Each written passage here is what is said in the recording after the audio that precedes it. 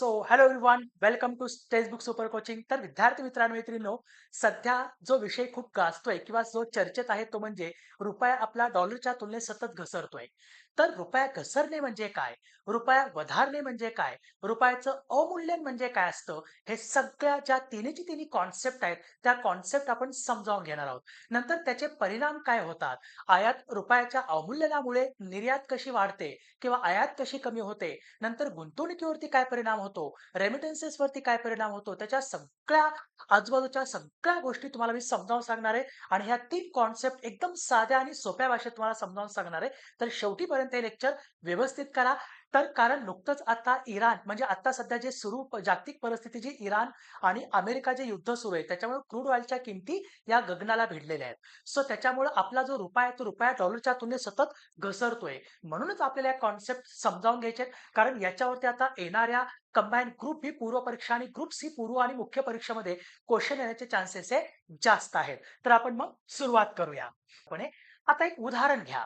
आता मी तुम्हाला 3 केसेसमध्ये रुपया वधारणे म्हणजे काय, रुपया घसारणे म्हणजे काय आणि रुपयाचं अवमूल्यन म्हणजे काय आणि त्याच्यामुळं रुपयाच्या अवमूल्यनामुळे नेमकं काय-काय होतं, ते सगळं तुम्हाला समजावून सांगणार आहे. आता थोडं लक्ष द्या म्हणजे ही कॉन्सेप्ट जर तुमची क्लिअर झाली, तर येणाऱ्या एक्झाममध्ये तुमचा क्वेशन जाणार नाही. कारण सध्याच्या घडीला रुपया खूपच घसरलेला आहे. गेल्या वर्षी $1 बरोबर ₹84 $1 बरोबर ₹84 हा विनिमय दर होता. आत्ताच्या घडीला तो रुपया फार घसरलेला आहे. $1 बरोबर ₹97 पर्यंत तो रुपया घसरलेला आहे.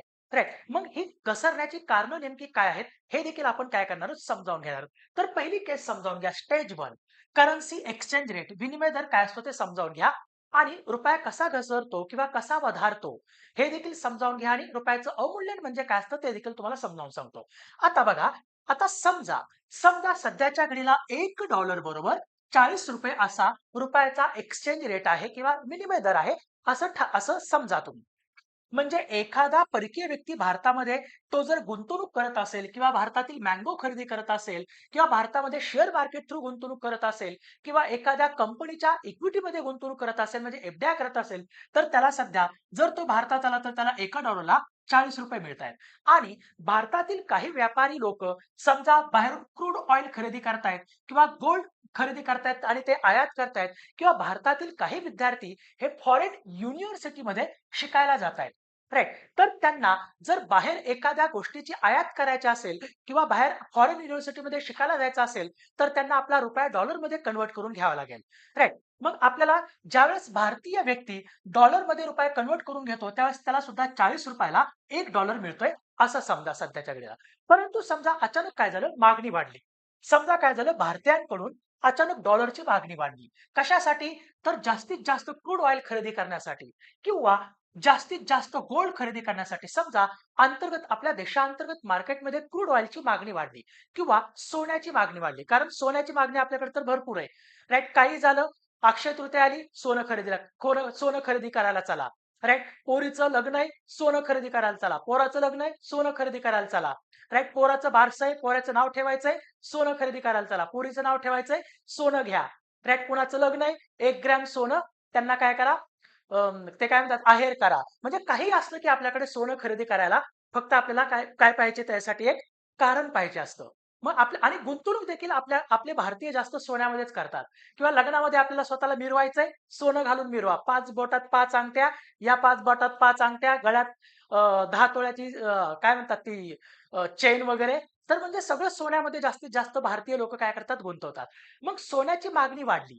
राइट. किंवा क्रूड ऑइलची मागणी वाढली किंवा जास्तीत जास्त विद्यार्थी बाहेर काय करायला लागले, शिकायला चालले. MIT, ऑक्सफर्डमध्ये शिकायला चालले. मग काय झाली, मग भारतीयांकडून डॉलरची मागणी वाढली. डॉलरची मागणी वाढली. अगोदर $40 ला $1 मिळत होता. मग डिमांड अँड सप्लाय नुसार आता डिमांड म्हणजे सप्लाय डॉलरचा तेवढाच आहे. परंतु डिमांड काय झालेली आहे, डॉलरची वाढलेली आहे भारतीयांकडून. मग डॉलर आधी $40 ला $1 मिळत होता. आता काय होईल हो, त्या डॉलरची डिमांड वाढल्यामुळे ₹60 ला $1 काय होईल, मिळायला चालू होईल. म्हणजे ₹20 रुपया काय झाला, घसरला. ₹20 काय झालं, आपल्या उदाहरणामध्ये रुपया घसरला असं त्याला म्हणता येईल. आधी ₹40 ला $1 मिळत होता, आता ₹60 ला $1 मिळतोय. का? कारण डॉलरची काय झालेली आहे, मागणी वाढलेली आहे. डॉलरची मागणी वाढलेली म्हणून रुपया 20 रुपयांनी घसरला. याला काय म्हणतात? डेस्परेशन ऑफ रुपी किंवा डेप्रिसिएशन ऑफ रुपी म्हणजे रुपया घसरणे. ज्यावेळेस मार्केटनुसार म्हणजे डिमांड अँड सप्लायनुसार जर मार्केटनुसार जर रुपया घसरत असेल तर त्याला रुपया घसरणे असं म्हणतात. रुपयाचं अवमूल्यन काय असतं ते पुढे सांगतो मी तुम्हाला. राइट. मग आता या केसमध्ये काय झालं रुपया घसरला म्हणजे एखादा परकीय व्यक्ती जर भारतामध्ये आला तर त्याला आधी एका डॉलरला 40 रुपये मिळत होते. आता त्याला एका डॉलरला 60 रुपये मिळायला लागले. मग याच्यामुळे काय होईल? रुपया घसरल्यामुळं पहिली गोष्ट गुंतवणूक वाढेल. राइट. गुंतवणूक गुंतव गुंतवणूक वाढेल. गुंतवणूक वाढेल पण गुंतवणूक या केसमध्ये वाढेल. ओके. दुसरं म्हणजे निर्यात वाढेल. रुपया घसरल्यामुळं किंवा रुपयाच्या अवमूल्यनामुळे काय होते? निर्यात वाढते. निर्यात कशी वाढते? समजा एखादा भारतीय व्यापारी आहे. भारतीय व्यापारी समजा एखादा मँगो विकणारा व्यापारी आहे. समजा एखादा मँगो विकणारा व्यापारी आहे. मँगो विकणाऱ्या व्यापाऱ्यानं समजा US मध्ये मँगो विकले आणि त्याला मग पेमेंट कशामध्ये होणार आहे? डॉलरमध्ये. समजा त्याला $100 पेमेंट मिळालं आणि ते $100 तो भारतामध्ये घेऊन आला. $100 भारतामध्ये घेऊन आल्यावर त्याला अगोदर एका डॉलरला 40 रुपये मिळत होत्या त्या भारतीय व्यापाऱ्याला. आता एका डॉलरला त्याला 60 रुपये मिळायला लागले. म्हणजे एका डॉलर त्याला 20 रुपये एक्स्ट्रा मिळायला लागले. अगोदर त्याला $100चे 4,000 रुपये मिळत होते भारतीय व्यापाऱ्याला, जो बाहेर मँगो एक्सपोर्ट करतो आणि विकून डॉलरमध्ये पैसे कमवतोय. आणि काय झाले एका डॉलरला म्हणजे $100चे त्याला 4,000 मिळत होते. आता त्याला $100चे 6,000 रुपये मिळायला लागले. याच्यामुळे काय होईल? निर्यात वाढेल. राइट. नंतर तिसरी गोष्ट म्हणजे रेमिटन्सेस. जे रेमिटन्सेस आहेत. रेमिटन्सेस काय होतील? भारतामध्ये जास्त येतील. रेमिटन्सेस म्हणजे काय?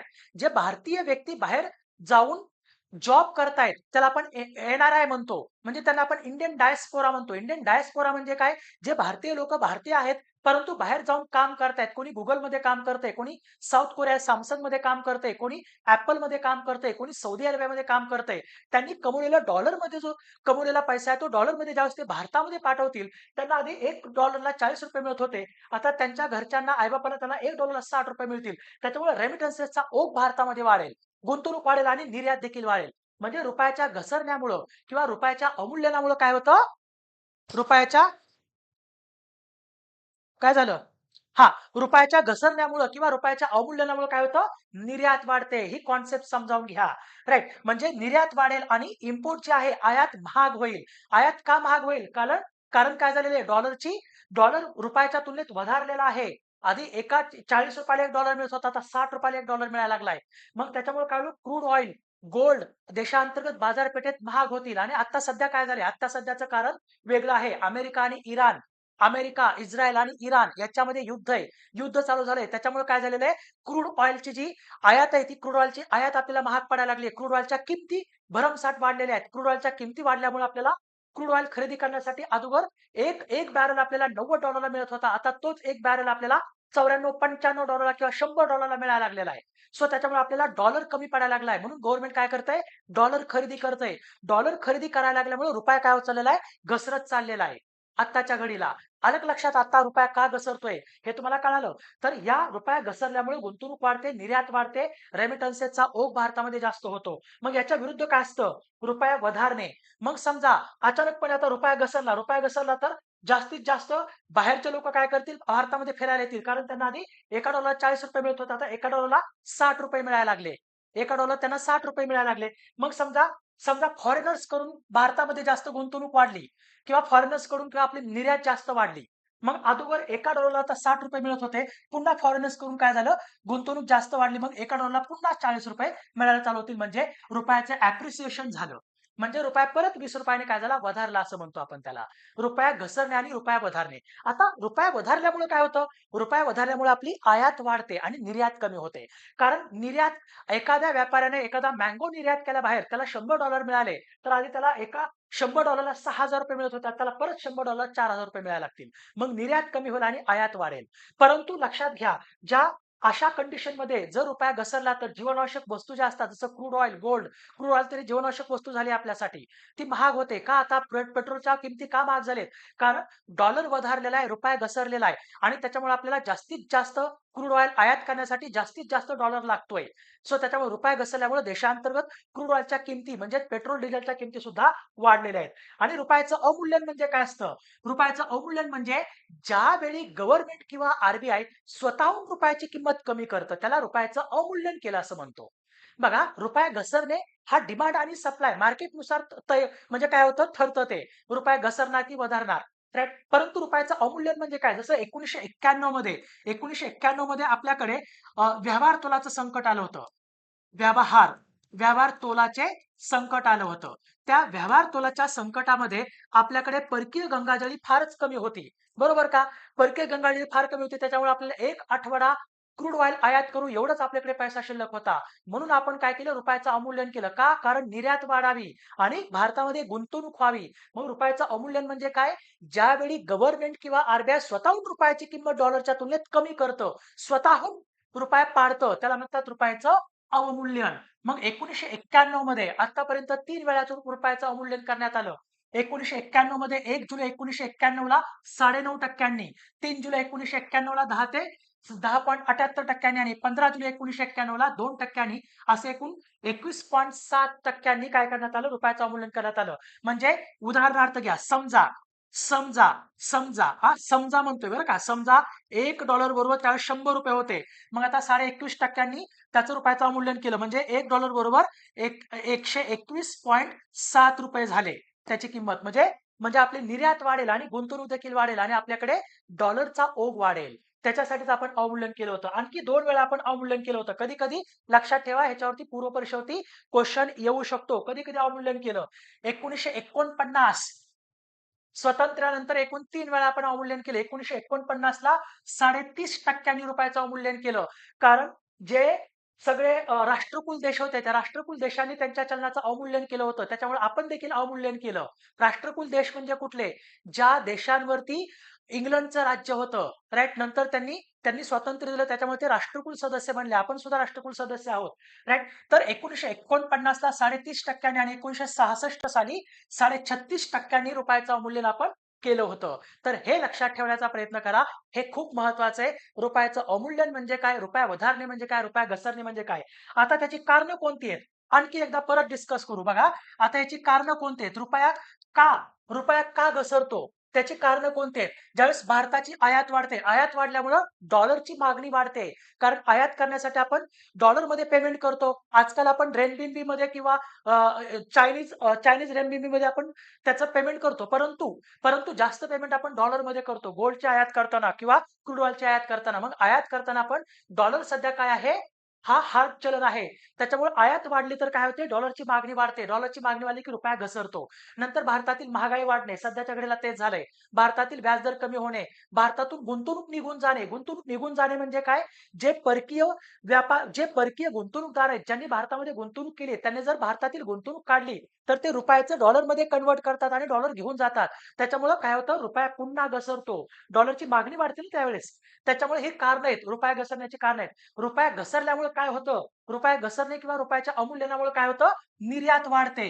रेमिटन्सेसचा ओघ भारतामध्ये वाढतो. स्थानिक व्यवसायांना चालना मिळते. स्थानिक व्यवसायांना का चालना मिळते? कारण बाहेरच्या वस्तू आपल्याला परवडत नाहीत, त्या महाग होतात आणि स्थानिक उद्योगपतींनी किंवा स्थानिक छोट्या-मोठ्या उद्योगांनी तयार केलेल्या वस्तू आपल्याला स्वस्त वाटायला लागतात. त्याच्यामुळं स्थानिक व्यवसायाला चालना मिळते. ह्याचे तोटे काय आहेत? देशांतर्गत महागाईत वाढ होते. सध्या देशांतर्गत महागाईमध्ये वाढ झालेली आहे. सोनं महाग झालेलं आहे. क्रूड ऑइल किंवा पेट्रोल, डिझेल, सीएनजी, एलएनजी महाग झालेला आहे. नंतर परदेशी शिक्षण आणि प्रवास महाग होतो कारण डॉलरची मागणी वाढलेली आहे. रुपया घसरलेला आहे. आपल्याला बाहेर फिरायला जायचं असलं तर आपल्याला जास्त रुपये द्यावे लागतात डॉलर खरेदी करण्यासाठी. आयात वस्तू आणि सेवा महाग होतात. गुंतवणूकदार गुंतवणूक काढून घेतात याच्यामुळं. तर ही काय त्याची रुपया घसरण्याचे कारणे, फायदे आणि तोटे. तर याच्यावरती तुम्हाला आला तर क्वेश्चन आत्ताच्या सध्याच्या घडीला येऊ शकतो. तर हे लक्षात ठेवण्याचा प्रयत्न करा. हे खूप महत्वाचं आहे. तर आय होप की तुम्हाला सगळ्यांना ह्या कॉन्सेप्ट एकदम व्यवस्थित समजल्या असतील आणि सगळ्यात महत्त्वाचं जाता-जाता जे विद्यार्थी 2027 च्या दृष्टिकोनातून कंबाईन पूर्व आणि मुख्य परीक्षा म्हणजे 2027 च्या दृष्टिकोनातून कंबाईनसाठी प्रिपेअर करू इच्छित आहेत, त्यांच्यासाठी आपण कंबाईनसाठी एक बॅच लॉन्च केलेली आहे. ही बॅच जर तुम्हाला जॉइन करायची असेल किंवा याची इन्क्वायरी करायची असेल, तर या नंबरवरती मला तुम्ही संपर्क करू शकता आणि आपल्या ग्रुपमध्ये जर तुम्हाला ॲड व्हायचं असेल, तर या नंबरवरती मला एक मेसेज करा, फोन करा. राइट. तुम्हाला मी ग्रुपमध्ये ॲड करतो. या लेक्चरची देखील पीडीएफ तुम्हाला मिळते आणि दर दररोज आपलं याच YouTube चॅनलवरची लाईव्ह लेक्चर्स असतात, जिथं आपण कंबाईन्ड ग्रुप बी पूर्व आणि कंबाईन्ड ग्रुप सी पूर्वच्या दृष्टिकोनातून क्वेशन सॉल्व्हिंगची प्रॅक्टिस पूर्णपणे करून घेतो विथ एक्सप्लेनेशन. ते देखील जॉइन करा. आणि ज्यांना कोणाला कोर्स जॉइन करायचा आहे, तर पूर्व मुख्य ची कंप्लीट तयारी आपण याच्यामध्ये करून घेतो. डाउट क्लिअरिंग सेशन्स असतात. तुम्हाला आमच्या स्वतःच्या नोट्स देखील याच्यामध्ये दिल्या जातात आणि फीस अगदी कमी आहे. नक्की तुम्ही काय करा, या नंबरवरती एक मेसेज करा. एन्क्वायरीसाठी मी तुम्हाला या बॅचची संपूर्ण माहिती देतो आणि आपला जो टेलिग्राम चॅनल आहे, तो टेलिग्राम चॅनल देखील जॉइन करा. हा स्कॅन करा क्यूआर कोड आणि टेलिग्राम चॅनल जॉइन करा किंवा या नंबरवरती मला काय करा, तुम्ही संपर्क करा किंवा मेसेज करा. मी तुम्हाला ही पीडीएफ देखील पाठवून देतो आणि आपल्या ग्रुपला देखील ॲड करतो. धन्यवाद.